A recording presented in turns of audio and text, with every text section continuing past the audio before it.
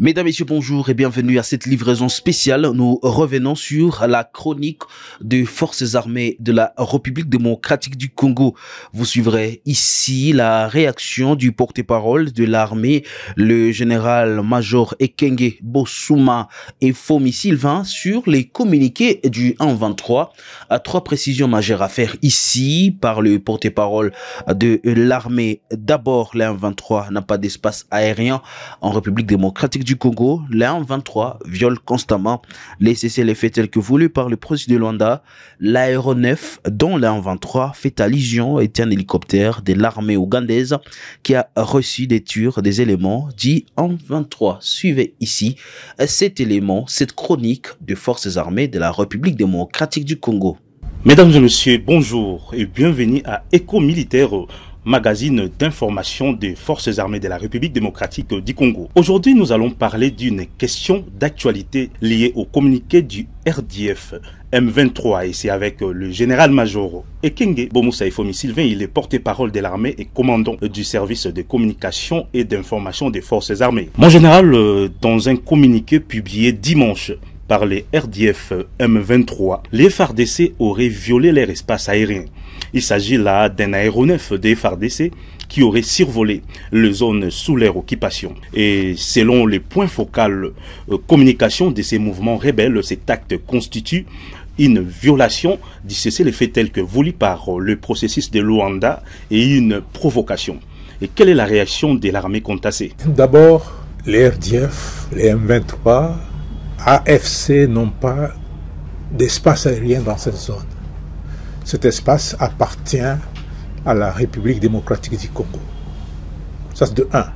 De deux, ceux qui s'émeuvent, ce sont les gens qui ne connaissent pas les Rwandais et surtout l'armée rwandaise. C'est un voleur qui crie au voleur. Et c'est une stratégie qu'ils ont l'habitude d'utiliser. Et pour preuve, nous, on n'a jamais violé le cessez-le-feu. Aucunement. Ce sont les RDF qui viennent attaquer nos positions et surtout les positions qui sont aujourd'hui vers le Grand Nord, notamment la position de Kikuvo. Et dans les massifs, ils sont en train de forcer pour occuper tout le massif en violation flagrante du cessez-le-feu et ils imputent cette violation au FARDC. Et d'ailleurs, il faut être précis, l'hélicoptère qui aurait survolé cet espace-là, qui disent que c'est un espace qui leur appartient alors que c'est un espace de la RDC. Cet hélicoptère n'appartient pas au FARDC. D'après les informations que j'ai reçues, c'est un hélicoptère de l'armée ougandaise qui voulait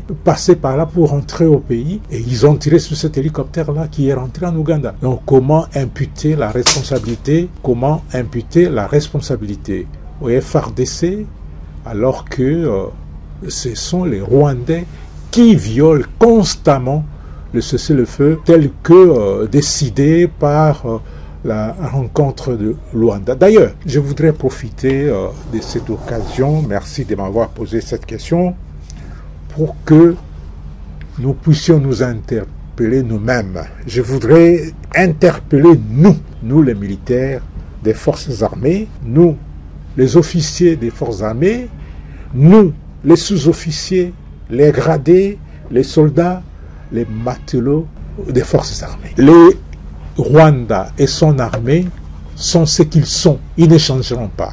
Et aujourd'hui, nous vivons une période particulièrement délicate. Délicate pourquoi? Parce que cette période est caractérisée par l'agression de notre pays imposée par le Rwanda. Je ne doute aucunement, et alors aucunement, de notre volonté et de notre détermination à relever ce défi, car les capacités, nous en avons. Les moyens, n'en parlons même pas, parce que ces moyens sont là. Il est donc temps de forger en nous l'esprit patriotique, l'esprit de défense. Et notre esprit patriotique doit être inébranlable. Le Congo, c'est l'unique pays que nous avons.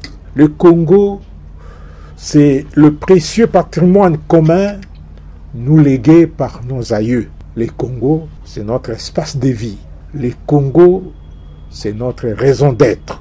Le peuple congolais attend de nous, défenseurs de la nation. Le peuple congolais attend de l'armée, socle de l'unité nationale, la défense de l'intégrité territoriale de notre pays, la défense de nos frontières. Le peuple congolais attend de nous que nous puissions tout mettre en œuvre pour récupérer tous les espaces que nous avons perdus. Oui, on a perdu des espaces, on a perdu des batailles, mais la victoire nous appartient. La victoire finale, c'est nous et sera à notre compte. Et je ne doute pas de la détermination du militaire congolais, accompagné par l'ensemble du peuple du Congo, pour que ce défi soit levé. C'est une question de vie ou de mort. C'est une question existentielle. Donc, nous devons tout mettre en œuvre pour que tout ce qui a été perdu comme espace soit récupéré, que nous ramenions la guerre d'où elle est venue. Où la RDC existe comme un État, comme une nation avec ses 2 345 410 km², où le Congo disparaît de la carte de l'Afrique et nous devenons esclaves des Rwandais. Tel que je connais les militaires congolais, tel que je connais le peuple congolais, cette deuxième hypothèse n'arrivera point.